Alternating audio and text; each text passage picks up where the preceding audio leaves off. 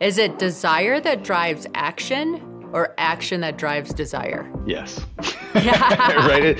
How does that show up in the work environment for people? Instead of saying, oh, I'm such an idiot, it's, hey, it's cool. I made a mistake. I'm going to get it next time. Today I interviewed David Hitz. He's a family man and entrepreneur. We talk about an experience that happened in his life that really changed his views on everything, making sure that we as individuals are giving ourselves space and exploring 3 pillar areas of our lives: spirituality, physicality, and mental emotional well-being. I really hope you enjoy this interview as much as I do. Thank you for joining the podcast today. How are you doing? I'm doing well. Thank you. Thanks for having me. All right, so give us your trajectory, your history for everybody. I grew up in a family business, Okay. so that entrepreneurial bug is really hard to kick. I had a taco truck in Hawaii with my brother at one point, 5-6 years ago, something like that. My wife and I were franchisees and had a few stores for a few years, realized that wasn't what we wanted. And I've had the Hitz Group now for 7 or 8 years, something like that, where I primarily started it to do mediation and coaching for conflict resolution with a focus on organizational conflict. Worked with a mentor here in Boise who has been phenomenal. It's one of those things where I'm shocked that she just kind of took me under her wing because she's been, nominated for Women of Idaho a couple times now and has just done phenomenal things. And she kept nudging me to get interested in neuroscience. She said, I think I can see that there's something there. And I think that it would bode really well with what you already know and do. And I kind of just kicked it off a little bit. And then in 2020, so this is where things, you talked a little bit earlier, and I don't remember if it was before we hit record or not, but, there's some pivotal moments. And there's a lot of those for me. And one of those is in 2020, we lost my brother, my older brother, to suicide. And it changed, obviously, everything for our family.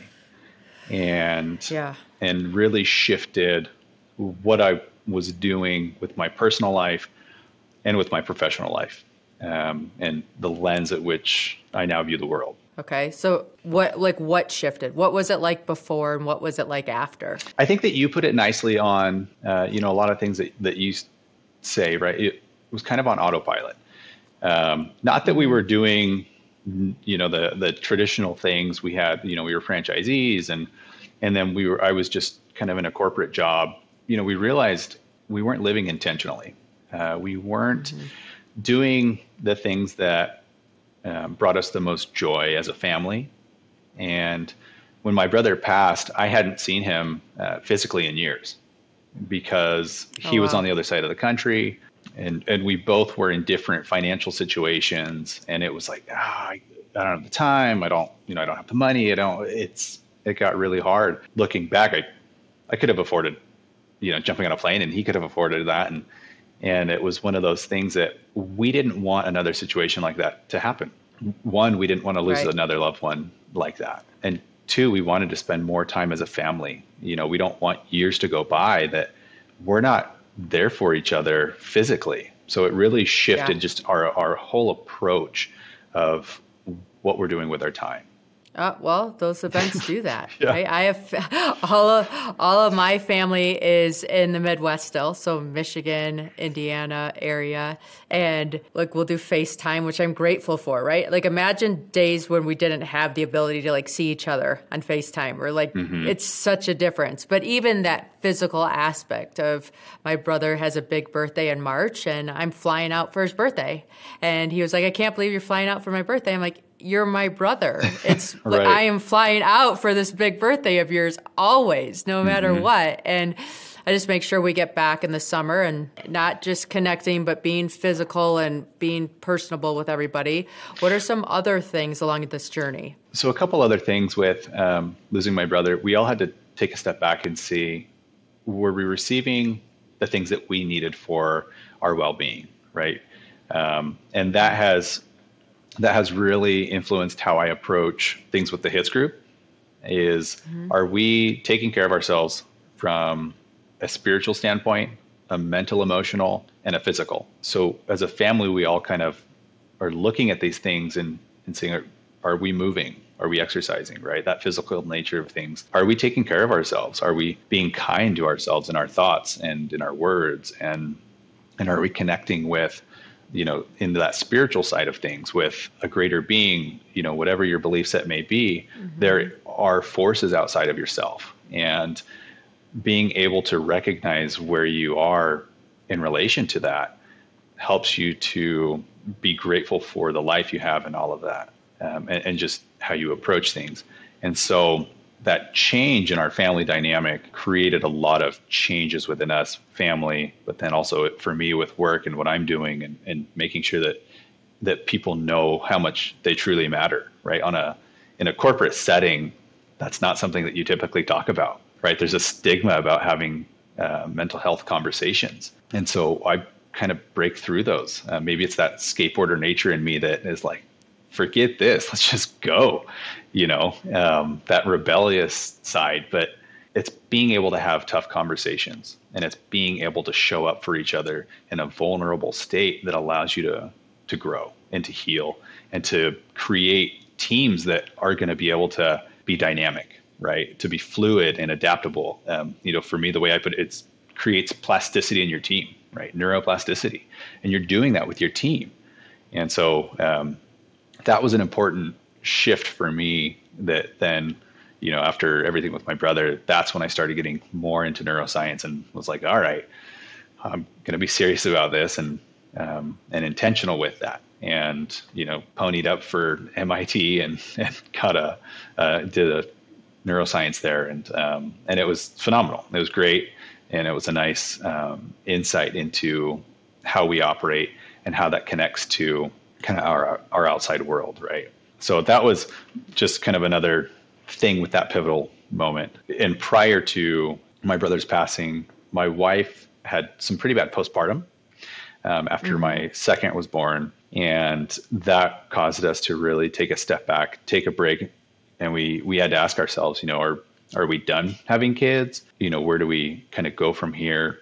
And then, fast forward a year or so to when my brother passed, it was like, are we doing the things we need to? Are we feeding our souls? Are we making sure that we're in a good place?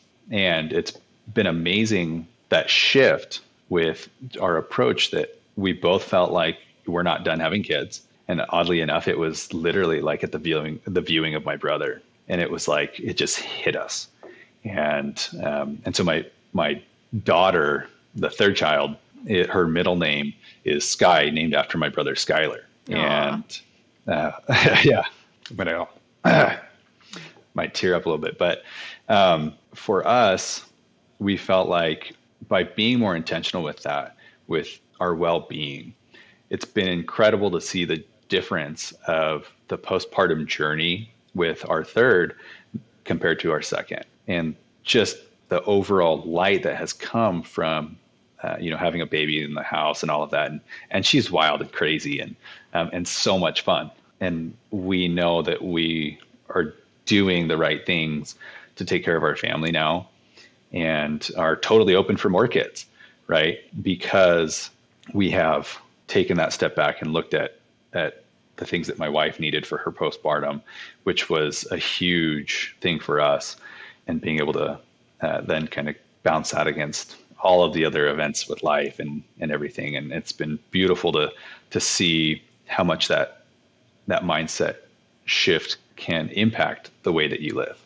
And what are the things that you're doing? Are you just checking in with each other? Is she saying, hey, I need this, so she has permission to ask for things and doesn't feel like she's being a burden? Or how has this kind of played out where you're getting the results that you want, but what is it that you're doing to get those results? Killer question. So one of the things that we did, everybody as a family, when my brother passed, is we looked to see, do we need professional help? And if we do we have the right fit, right? At the time, my wife had seen a counselor and a psychiatrist, and the meeting with the psychiatrist, previously, it was like 5 minutes. He's like, oh, yeah, it's probably this, and here's some meds. And after my brother's passing, we we looked at how my wife was feeling. It's crazy that the body will tell you so many things, right? If you develop that relationship with your body, and for her, it was like something has to change. I don't exactly know what it is, but something has to change. We removed ourselves from that relationship with a psychiatrist and found somebody that was a better fit, someone that she can open up to, that she can get the help that she actually needs, right? So that was one piece to it. Another was, yes, having those hard conversations with each other, and me checking in with her to see what she needs, to be open to that, right? And if she says, I need you to take the other kids, go grab dinner, or, I just need some alone time, then me being able to give that to her was really big. And then also we kind of have created like themes for the year, and it's a nice way for us to check in with each other and with ourselves of how we're doing, right? So some of the things that we've had love as a focus, and whatever that meant, right? Being present was one. This year it's quality, right? So the quality of our time, the quality of our relationships, the quality of our workouts, right?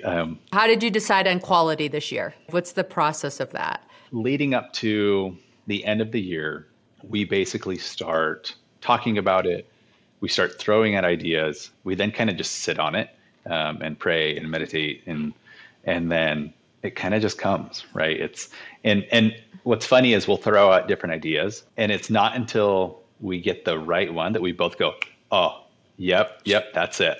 And so it's not like a specific, it's not like this written out process or step-by-step thing. It's just continuing that conversation and hey, what do we want to focus on, right? And so it's been interesting that since we settled on quality, we've really looked at, again, kind of the quality of our time spent together as a family. It's nudged us into looking at things a little more minimally and less materialistic. And so we're kind of in this phase right now of, in our house, looking at being intentional with what we're getting, right? Quality things, but quality of the space that we have, and not just overburdening it with more pictures or, more junk, but quality in the space that it can allow our family to grow and be what it needs to be. I like that. I do think it helps when we have a theme to anchor ourselves to, right? Mm-hmm. And just keep coming home and is this a white or black, like against whatever that idea is that shows up. It just gives you like this guiding principle to follow. And then I like that you change it every year, because for me, my personality, I have a theme every year as well. And then by the time it's getting towards the end of the year, I'm like, I'm ready for something new. I want a different challenge. Or I want to get it like creative again and get my brain spiced up again. Yeah. So is there a process that you go through?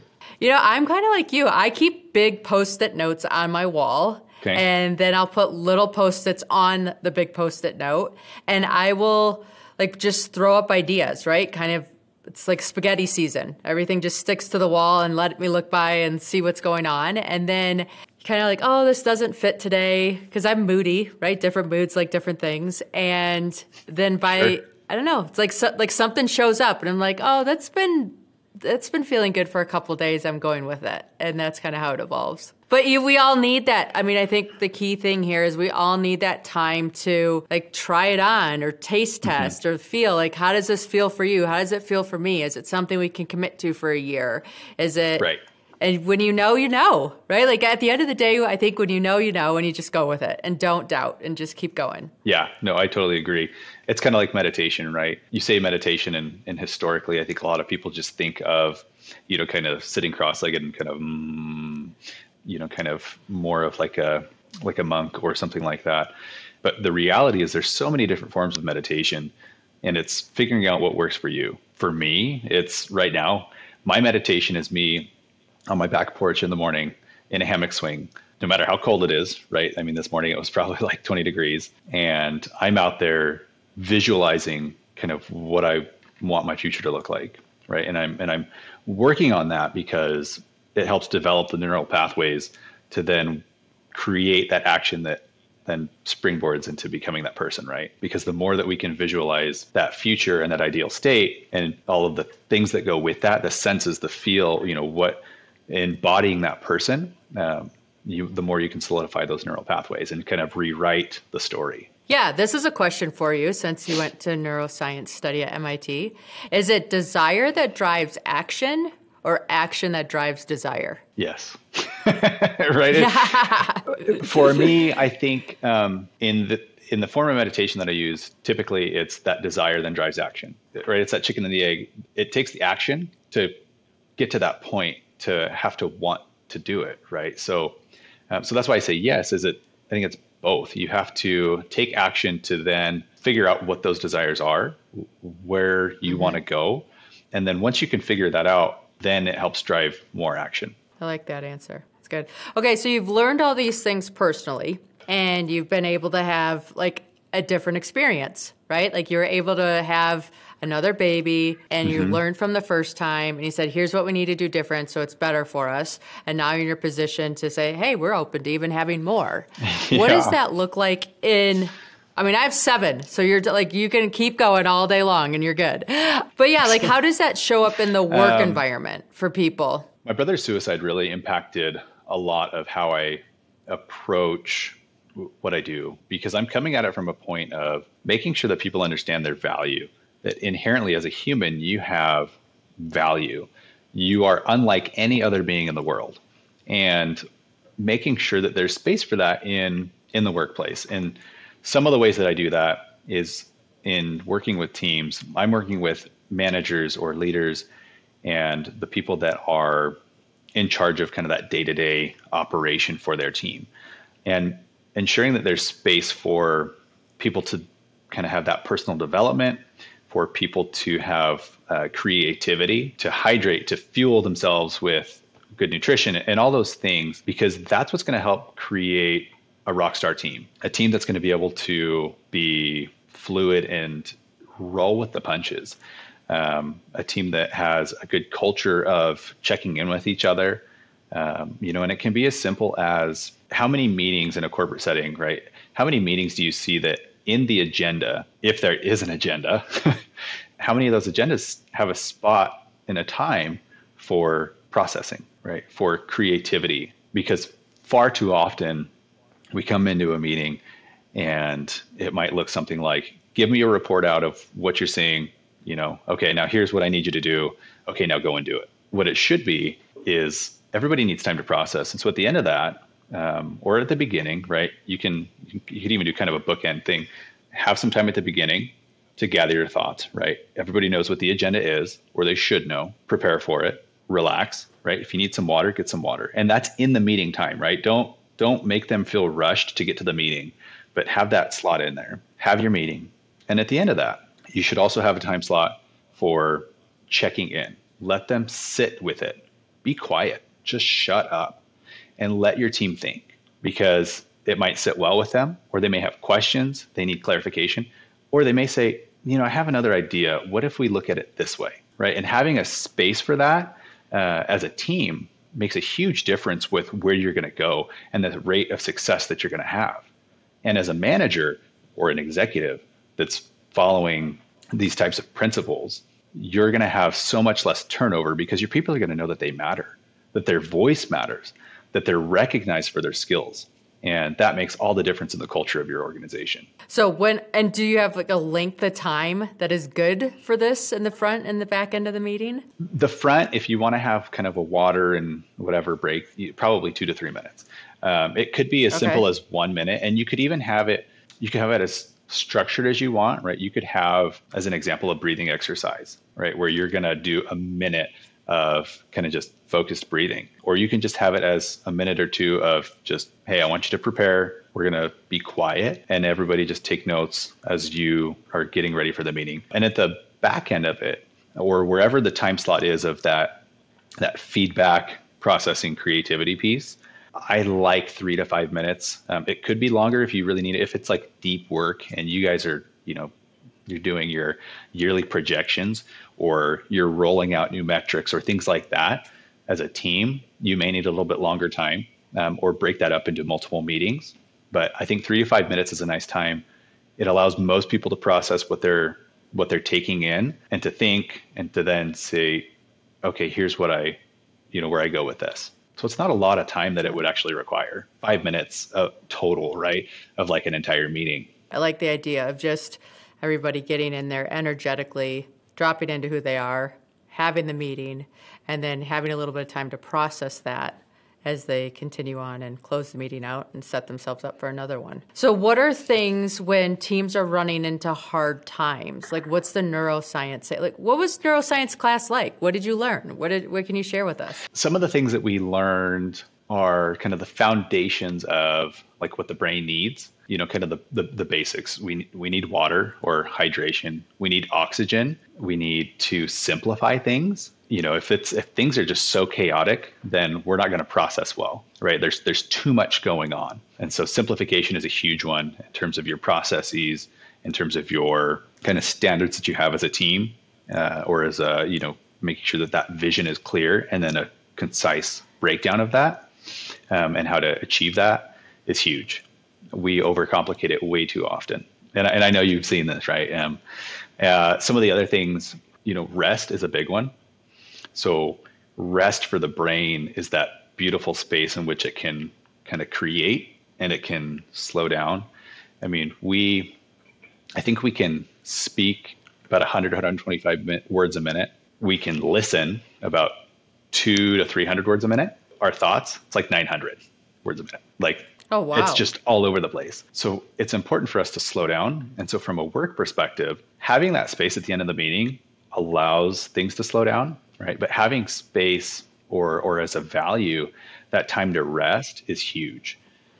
Being able to just recover and get the things that you need, right? So we kind of have that foundation of what your brain needs, what your body needs. And then looking at neuroplasticity is obviously another key concept that we do. And what's so cool about it is that we're never stuck, right?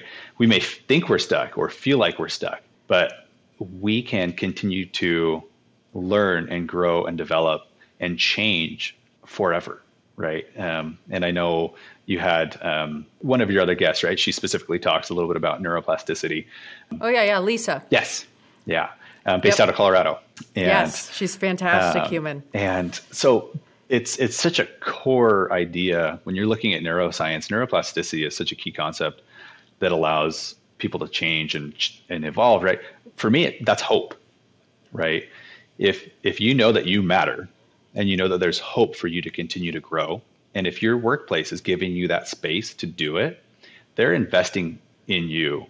And in that relationship that is built is one of trust, right? It's one of care. And with trust, you get communication, you get kind of that love that, in a workplace you don't typically always see. But what it does is then brings that vulnerability, that humanness to it, right? It takes away the inhumane nature that we often have in the workplace, right? We see people as titles instead of as people. So if you're the worker or the person that feels stuck, and you believe in neuroplasticity, yeah, right?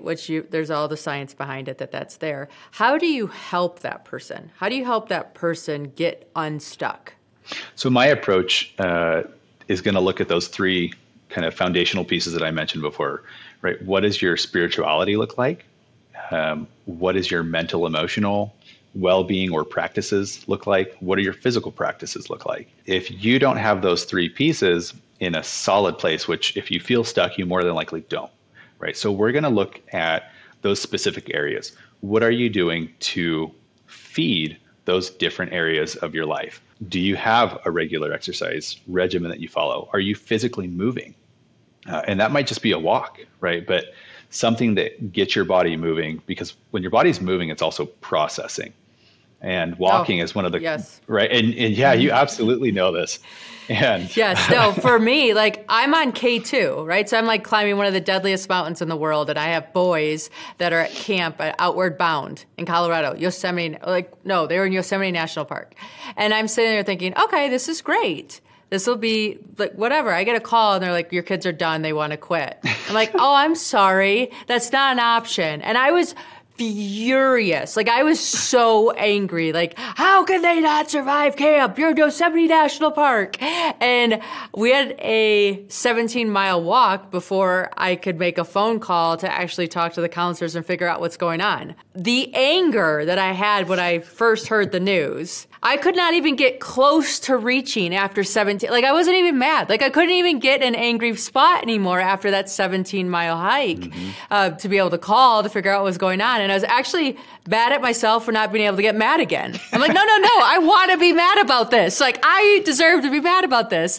And I couldn't. And it just was, it's an example that I hold on to because I'm like, oh, anytime I'm like angry or feeling extremes or just whatever it is, walk.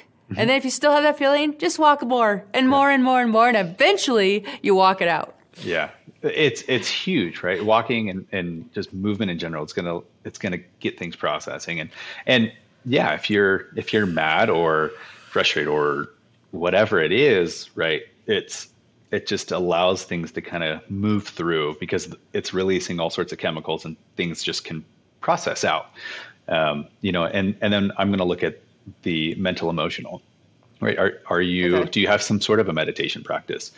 Do you do things that fuel your creativity, right? That spark ideas that have kind of a healthy outlet. Are you learning and growing? And what does that look like? Simple things like that. And then that spiritual component of it, I think, is really important because as we talked about before, recognizing your role in the universe and that by nature of being human, we could be gone tomorrow. And having the knowledge that there's something greater outside of you allows you to show up in a different way.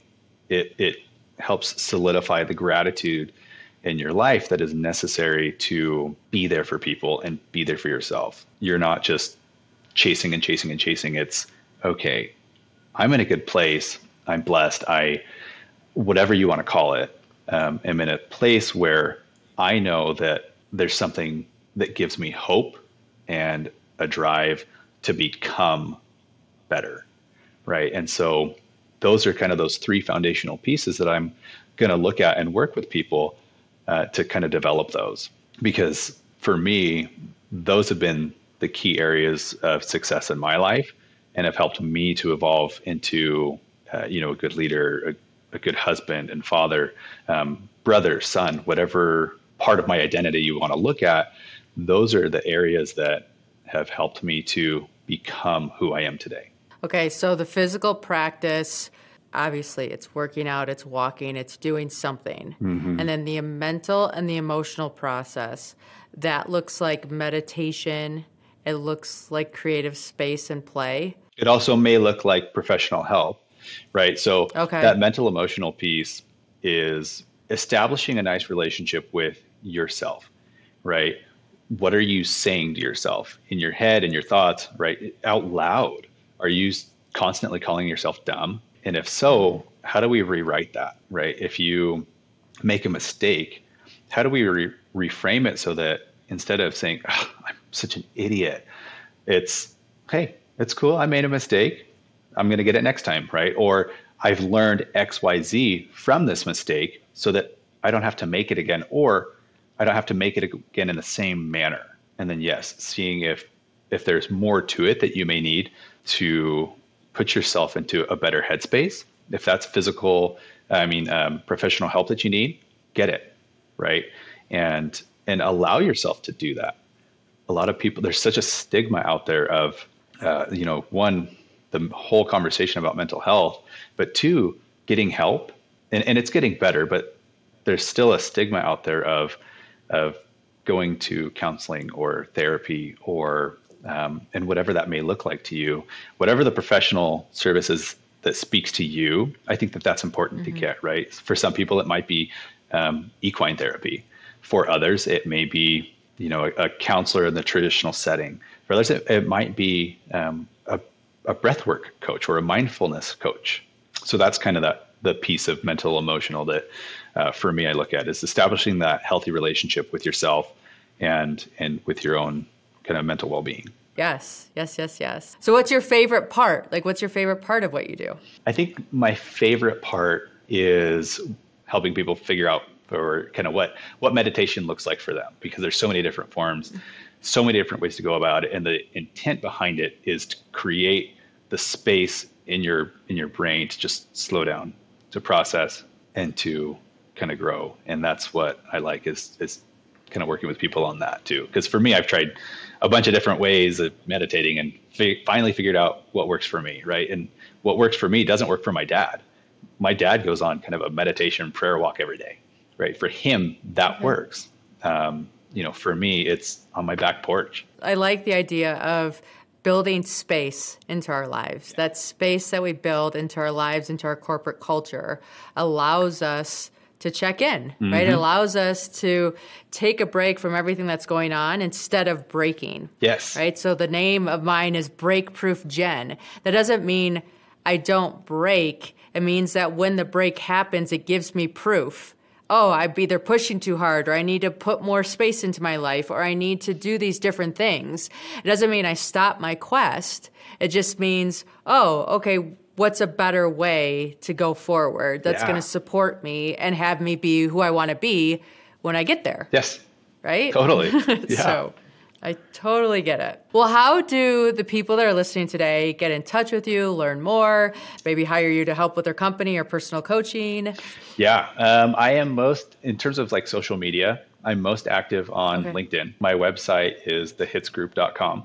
And is an easy enough way to get with me. And those are probably the two best avenues. Okay. We will make sure that we have those in the show notes so that everybody listening can be a part of it. Awesome. So excellent. Well, thank you so much for sharing all your wisdom and all your things. No, thank you.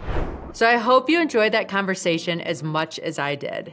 The one thing that I took away was about creating space in our life. And I know we've heard it, go fast or go slow to go fast. But just listening to it again just reminded me that, hey, where am I building space into my day to make sure that I'm showing up for myself so that I can show up for everybody else? So I encourage you to take 5 to 10 minutes today and take care of yourself so that you can become a better you. If you enjoyed listening to this podcast, they're also available to be watched on YouTube. And thank you to Clearwater Wealth Management for sponsoring this episode.